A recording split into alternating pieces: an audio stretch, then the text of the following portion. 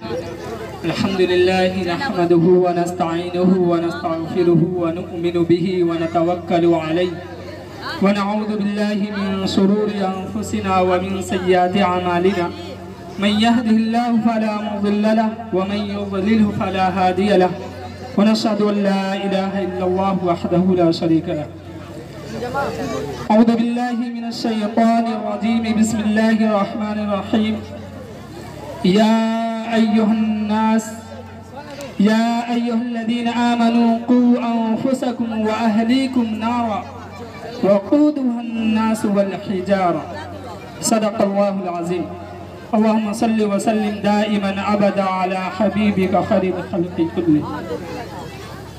محترم سامعین کرام، یہ اللہ کا بڑا ہی فضل اور احسان ہے کہ اللہ تبارک و تعالی نے ہم سب کو دین کی نسبت سے جمع فرمایا، اور سب سے بڑی خوشی کی بات یہ ہے کہ ہمارے درمیان سب سے بڑی شخصیت حضرت موجود ہیں.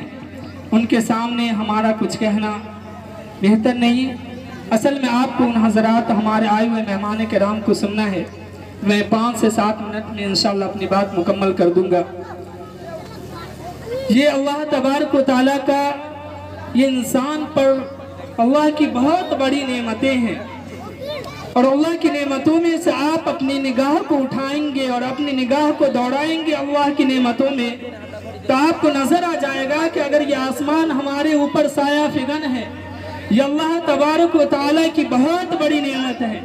آپ دیکھیں گے تو آپ کو معلوم پڑ جائے گا کہ یہ نعمت اتنی بڑی نعمت ہے کہ یہ آسمان جو ہمارے اوپر نظر آ رہا ہے، اگر ہم دیکھیں تو اس کے اندر کہیں ستون نظر نہیں آتا. اگر آپ دیکھیں تو کہیں کوئی پیلر ہمارے سامنے نظر نہیں آتا. یہ اللہ کی بہت بڑی نعمت ہے. اس آسمان کے اندر اللہ نے ہمارے دل کی خوشی کے لیے اللہ تبارک و تعالیٰ نے اس آسمان کو سجا دیا.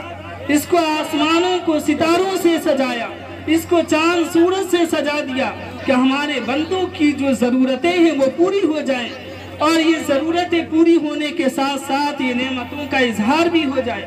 اگر آپ دیکھیں گے زمین کے اوپر، تو اس زمین کے اوپر اللہ تبارک و تعالیٰ نے اس زمین کو دریا کے اوپر بچھا دیا، اور اس زمین کو بچھانے کے بعد جب اس کے اندر کپی آئی اور تھراہٹ کو روکنے کے لیے، اس کو سکون دینے کے لیے اللہ تبارک و تعالیٰ نے پہاڑ جیسے بڑے بڑے ٹیلوں کو اور میخیں بنا کر اس پر کیل بنا کر گاڑ دیا، تاکہ ہمارے بندے یہ سکون سے رہ سکے، تاکہ ہمارے بندے اطمینان سے سرزمین پر اطمینان کے ساتھ اپنی زندگی کو گزر بسر کر سکے. اگر آپ دیکھیں گے تو یہ آسمان کے اوپر لگے ہوئے چاند، یہ ہمیں اللہ کی نعمتوں کی یاد دلانے کے لیے، یہ چاند جب نکلتا ہے تو اس کی ٹھنڈی اور اس کی سکون اور پرسکون اس کی روشنی ہمیں اللہ کی نعمتوں کی یاد دلانی کراتی ہے. اگر آپ دیکھیں تو یہ سورج ہمارے اوپر جب نکلتا ہے تو اللہ کی نعمتوں کا اظہار ہوتا ہے، اور یہ ہمیں بتا دیا جاتا ہے کہ نعمت، اور یہ سورج کے اندر جو روشنی آپ کو نظر آ رہی ہے، یہ روشنی بھی اللہ تبارک و تعالیٰ کی کتنی بڑی نعمتیں دی ہوئی ہے. اس کے اندر یہ زمین کے اوپر جو درخت آپ کو نظر آتے ہیں، یہ درخت کے اندر جو پھل اور پھول نظر آتے ہیں، اس پھلوں کے اندر جو مٹھاس نظر آتی ہے، اور یہ پھل کھا کر ہم مزے اڑا لیتے ہیں، اور اللہ کی نعمتوں کا ہمیں احساس بھی نہیں ہوتا ہے. ان نعمتوں کو آپ دیکھیں تو اللہ کی تمام چیزیں ہمارے اوپر، اگر ان نعمتوں کا شمار کرنا چاہے تو ہم اللہ کی نعمتوں کو شمار نہیں کر سکتے. ہم اپنے زندگی کے ایک ایک سانس کے اندر، اپنے ایک ایک سانس میں اللہ کی نعمتوں کا شکر ادا کرنا چاہیں تو ہم اللہ کی نعمتوں کا شکر ادا نہیں کر سکتے. اللہ کی اتنی بے شمار نعمتیں ہیں. ان نعمتوں میں سے بھی اللہ تبارک و تعالیٰ نے ہر انسان کو، اللہ تبارک و تعالیٰ نے اولاد کی نعمت سے عطا فرمائی. یہ اولاد کی نعمت، یہ اللہ کی نعمتوں میں سے بہت بڑی نعمتیں بھی ہے، اور یہ نعمت ایک ایسی نعمت ہے کہ اس کا احساس وہ شخص سے جا کر پوچھے جس کے پاس اولاد نہیں ہے، وہ اولاد سے محروم ہے، یہ اولاد کے لیے تمنائیں کرتے ہیں، نہ جانے کہاں کہاں جا کر دعائیں کراتے ہیں، اور ان اولاد کی ان کے پاس قیمت اور اس کے پاس ان کی اہمیت ہے جس کے پاس اولاد نہیں ہے. لیکن یہ نعمتوں میں سے اگر اولاد کی نعمت ہمیں اور آپ کو ملی ہے تو اللہ تبارک و تعالیٰ نعمت کے بارے میں پوچھے گا کہ تم نے ان نعمتوں کا کیا حق ادا کیا. ہم یہ سمجھتے ہیں کہ یہ اولاد ہماری صرف نعمت ہے، अल्लाह तबारक व तआला की ये नेमत भी है और अल्लाह तबारक व तआला की बहुत इसके बारे में पूछ भी होनी है। ये नेमत एक ऐसी नेमत है कि रोज़ महशर में अल्लाह तबारक व तआला आपसे पूछेगा कि हमने तुझे औलाद दिया था बेटे की शक्ल में, हमने तुझे औलाद दी थी बेटे की शक्ल में, तुमने उन बेटों का, तुमने उन बेटियों का क्या क्या हुकूक अदा किए, क्या तुमने उसे तालीम और तरबियत से आरास्ता किया या नहीं किया, क्या तुमने उसे हलाल समझाया या नहीं समझाया, क्या तुमने उसे हराम बताया या नहीं बताया, क्या तुमने उसे कुरान की तालीमात दी या नहीं दी। ये सारे सवालात रोज़ महशर में होने।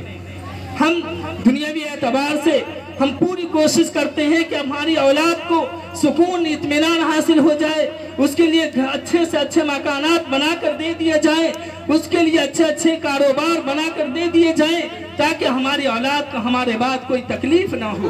बड़ी अच्छी सोच है, लेकिन ये चीज़ें ज़रूरी तो हैं ही, लेकिन रोज़े महशर में जो पूछा जाने वाला है, क़यामत के दिन जो हमारे सवालात होने वाले हैं औलाद के सिलसिले में, ये पूछा जाने वाला है कि तुमने औलाद, मैंने औलाद की नेमत दी थी, तूने उस नेमत का कैसा इस्तेमाल किया, तूने उसे कैसी तालीमात दी, तूने अंग्रेजी तो पढ़ाया, तूने डॉक्टर तो बनाया, तूने उसे इंजीनियर तो बनाया, तूने उसे बड़े से बड़े तालीमात तो दी, तूने उसे बड़ा से बड़ा ओहदा तो दिया।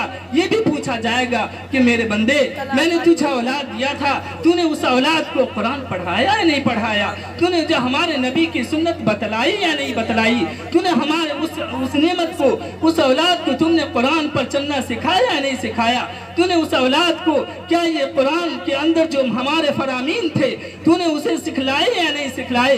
मैंने तो तुझे उसे साफ कह दिया था, अल्हम्दुलिल्लाहि रब्बिल आलमीन अर्रहमानिर रहीम मालिक यौमिद्दीन, कि तमाम तारीफ़ें अल्लाह के लिए है। तूने ये बताया या नहीं बताया, तूने उसे कुरान के पैगामात सिखाए या नहीं सिखाए, तूने उसे दुनिया के अंदर रहकर शरीयत पर कैसे चलना है, हलाल को कैसा इस्तेमाल करना है, तुम्हें हराम को उसे कैसे छोड़ना है, तूने उसे सिखलाया या नहीं सिखलाया। ये सारे सवालात हमसे होने हैं। ये नेमत की, इस नेमत का हक हम उस वक्त अदा कर सकते हैं जब हम उसे कुरान की तालीमात से हम आरास्ता कर दें, जब उस वक्त हम इसका हक अदा कर सकते हैं जबकि उन्हें शरीयत हम बतला दें, समझा दें और हमारी औलाद हमारे मरने के बाद हमारे लिए सदक़े जारिया बन जाए। ये नेमत अगर हमने इसको हक को अदा किया है तो हम रोज़े महशर में कामयाब हैं। इस सवालात के जवाबात हम दे सकते हैं, लेकिन अगर हमने उसको ये सवालात के जवाबात नहीं सिखाए, हमने अपनी ज़िंदगी में उसे सारी सहूलतें दे दी, लेकिन हम खुश हो गए कि हमारी मौत आ रही है तो अच्छी मौत आ रही है। क्यों? क्योंकि हमने उन्हें आला ओहदा दे दिया है, हमने उसे आला मकाम दे दिया है, हमने उसे बड़ी बड़ी डिग्रियां दे दी है, हमारी आखिरत तो कामयाब हो गई है। यह औलाद हमारे लिए राह निजात बन सकती है। लेकिन रोज़े महशर में जब ये औलाद के सामने पूछा जाने लगा, जब इससे पूछा जाने लगा कि तुमने इस औलाद का क्या हक अदा किया, तो औलाद अगर ये कह दे कि जिस औलाद के लिए तुमने रात दिन एक किया था, जिस औलाद के लिए तुमने धूप को धूप नहीं समझा, जिस औलाद के लिए तुमने रातों को रात नहीं समझा, जिस औलाद के लिए तुमने ठंडक को ठंडक नहीं समझा, वो औलाद अगर ये कह दे, ए मेरे रब, ये बाप, इस बाप ने तो मेरे लिए सारी दुनिया के इंतजामात किए, लेकिन इस बाप ने मुझे कुरान की तालीमात नहीं दी, इस बाप ने मुझे आपकी शरीयत नहीं समझाई, इस बाप ने हमें तो कोई दुनियावी तालीम में पढ़ा कर रखा, दुनिया की बड़ी बड़ी डिग्रियां दे दी, लेकिन हमें आपसे मिलने का तरीका नहीं बताया, इस बाप ने मुझे नमाज का तरीका नहीं सिखलाया, इस बाप ने मुझे शरीयत नहीं बतलाई। तो बताओ मेरे दोस्तों, उस रोज़ महशर में जब नफ्सी नफ्सी का आलम होगा, हर कोई एक दूसरे और हर कोई पसीने में डूबता नजर आएगा, तो उस आलम में क्या हालत होगा और क्या जवाब बन पड़ेगा। और हम चाहिए कि ऐसे अपनी ज़िंदगी के अंदर अल्लाह ने जो हमें औलाद दी है उस नेमत का हम सही इस्तेमाल कर लें, उस नेमत के होने वाले सवालात के बारे में उसको जवाबात सिखला दें और अपने लिए सदक़े जारिया बना लें। अगर ये नेमत है, इस नेमत की कदर है, तो गोया हमारी आखिरत कामयाब है। हमने अपने औलाद को नेक बना दिया, हमारी आखिरत में हम सवालात से बच गए, लेकिन हमने औलाद को नेमत नहीं, हमने इस औलाद की इस नेमत को हमने अल्लाह का दीन नहीं सिखलाया, हमने इस औलाद को हमने अल्लाह का पैगाम नहीं बतलाया, तो हमारे लिए जहन्नम में जाने का रास्ता बन सकता है। अगर हमने इसको नेकी के रास्ते पर डाल दिया तो हमारे ज़िंदगी के अंदर ये फूल हैं, अगर हमने इसे शरीयत नहीं समझलाई, अगर हमने इसे शरीयत नहीं बतलाई, तो हमारे दुनिया में रहते हुए हमारे लिए जहन्नम का ये ईंधन बन चुका है। वो क़यामत में हमारे गिरबान को पकड़ सकती है ये औलाद। अल्लाह तबारक व तआला हमें इस औलाद की नेमत की कदर करने की तौफीक नसीब फरमाए। औलाद के हुकूक क्या हैं? मुख्तसर में मैं एक वाक़या हज़रत उमर फ़ारूक रज़ियल्लाहु तआला अन्हु का बयान करता हूँ। हज़रत उमर फ़ारूक वो हज़रत उमर हैं जिनके खिलाफत में कोई किसी पर जुल्म नहीं कर सकता था, किसी पर कोई रोब नहीं जमा सकता था, किसी की जुर्रत और हिम्मत नहीं थी कि वो शरीयत के खिलाफ कर सके। एक वक्त हज़रत उमर रज़ियल्लाहु तआला अन्हु गुजर रहे हैं और एक खातून गुजर रही हैं, रास्ते में आमना सामना होता है। हज़रत उमर उस खातून से कहते हैं, खातून तू अकेले इस वीरान रास्ते पे कहाँ जा रही है? वो खातून भी हज़रत उमर फ़ारूक रज़ियल्लाहु तआला अन्हु के ज़माने की खातून थी। उसने कहा कि तेरी ये जुर्रत कैसे हुई? ऐसा हो नहीं सकता कि हज़रत उमर का की खिलाफत हो, उनकी हुकूमत हो और कोई अजनबी मर्द एक खातून को टोके, उसे रोके। ऐसी जुर्रत किसी की नहीं हो सकती। या तो हज़रत उमर का इंतकाल हो चुका है या तो तुम खुद हज़रत उमर। ये खिलाफत थी हज़रत उमर की। हज़रत उमर रज़ियल्लाहु तआला अन्हु के दरमियान में एक शख्स आता है, एक बुरा शख्स आता है और हज़रत उमर रज़ियल्लाहु तआला अन्हु से कहता है कि हज़रत उमर, हमारा बेटा हम पर जुल्म करता है, हमें सताता है, हमें परेशान करता है, हमारे हुकूक अदा नहीं करता है। हज़रत उमर फ़ारूक रज़ियल्लाहु तआला अन्हु ने कहा बुलाया जाए इनके बेटे। जब इनके बेटों को बुलाया गया तो वो बेटा भी उसी वक्त का था, हज़रत उमर फ़ारूक रज़ियल्लाहु तआला अन्हु के ज़माने का वो नौजवान था।